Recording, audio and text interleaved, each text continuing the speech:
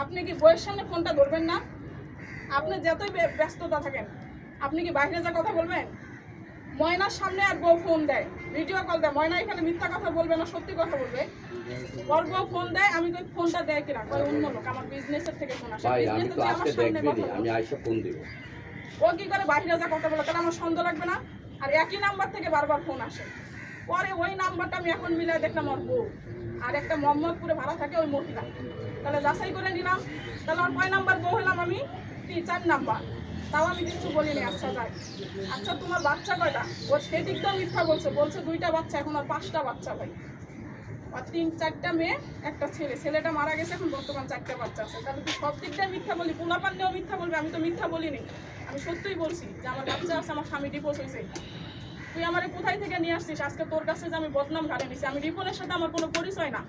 রিপনের সাথে পার্কে দেখা হয়েছে কি, এর বাসায় গেছে, রিপনক নিয়ে পাখির বাসায় রাতে ছিলাম, মিথ্যা না। ময়নাও ছিল, রিপনও ছিল, শান্তও ছিল।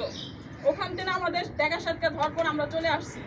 আমি ময়নার বাড়িতে বেড়াতে গেছি। ময়না যদি ছেলে, আপনার বাড়িতে যদি আপনি একটা পুরুষ না নিয়ে যান, আমার কি সাহস আছে ভাই নিয়ে যাওয়ার? ময়না নিচে দেখে তো ছেলেটা গেছে, আর আমিও তাকে নিছি। সাহস কিন্তু দুজনেরই হয়েছে, দোষ কিন্তু আমার একার না।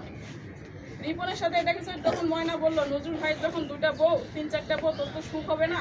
তো রিপনের বউ নাই, তাহলে তুই বিয়ে বস গা।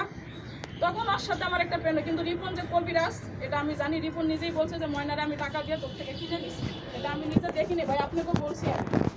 যে রিপন নিজেই বলছে যে ময়নারে আমি 30,000 টাকা দিচ্ছি। আমি বলছি ময়না তুই আমার জীবনটারে নষ্ট করলি, নজরুলক দিয়ে, আবার রিপনের কাছেও দিয়ে আমার জীবনটা নষ্ট করলি। আমি কি অপরাধ করছিলাম তোর কাছে? হ্যাঁ, এই জন্য আমার মাটা স্টক করেও মারা গেল। আচ্ছা যাক, তারপরে গেল, আমি ময়নাকে বললাম শোন ময়না, তুই কিন্তু কাজটা ভালো করিস নি, কাজটা তুই খারাপ করছিস। কারণ নজরুলক তুই ভাই বানাইছিস, ভালো করছিস, কিন্তু নজরুলক যাচাই করা উচিত ছিল যে আসলে সত্যিই না মিথ্যা বউ আছে কিনা। ও নজরুল ঘন্টার পর ঘন্টা ভাই, এত যে ফোন আসে, ঘন্টার পর ঘন্টা, এই মহিলা ফোন দেয়, ওই মহিলা ফোন দেয়। আচ্ছা ভাই, তোর ফোনে যদি 1000টা মহিলা ফোন দেয়, তাহলে আমার ফোনে 1000টা ছেলে ফোন দিতেই পারে। আমি বলতেই পারি যে তোর ফোনে যদি ফোন আসে, তা আমার ফোনও ফোন আসবে। কথার পৃষ্ঠে কথা কিন্তু বলবেন ভাই। তখন আমি বলছি, ও কি করছে, ছবি এডিট করে ছাড়ছে এই মহিলাকে দিয়ে, বলছে দেখো আমাকে মানায়নি কিনা। আমিও ছবি এডিট করে আরেক ছেলেকে দিয়ে ছাড়ছি ভাই। তো তুই যদি ছাড়তে পারিস, তাহলে আমি পারবো না কেন? ঠিক আছে ভাই, তুই যদি ছাড়তে পারিস, আমি পারবো না কেন? গেল সবার কাছে বলে কি যে আমি আর বউ না ভাই, জসিম ভাই এখানে লোকটা আছে, মাসুদ ভাই আছে, সবাই জিজ্ঞাসা করে মৌরে বিয়ে করছো?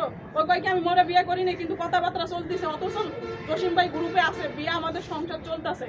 তারপরে ওরে প্রশ্ন করে বিয়ে করছে, ভাই মৌরে বিয়ে করি নাই। ডিভোর্স দিছি আমি 10 তারিখে, 6 মাস আগে কয় কি মো আমার ডিভোর্স দিয়ে গেছে গা, ওর সাথে আমার সম্পর্ক নাই।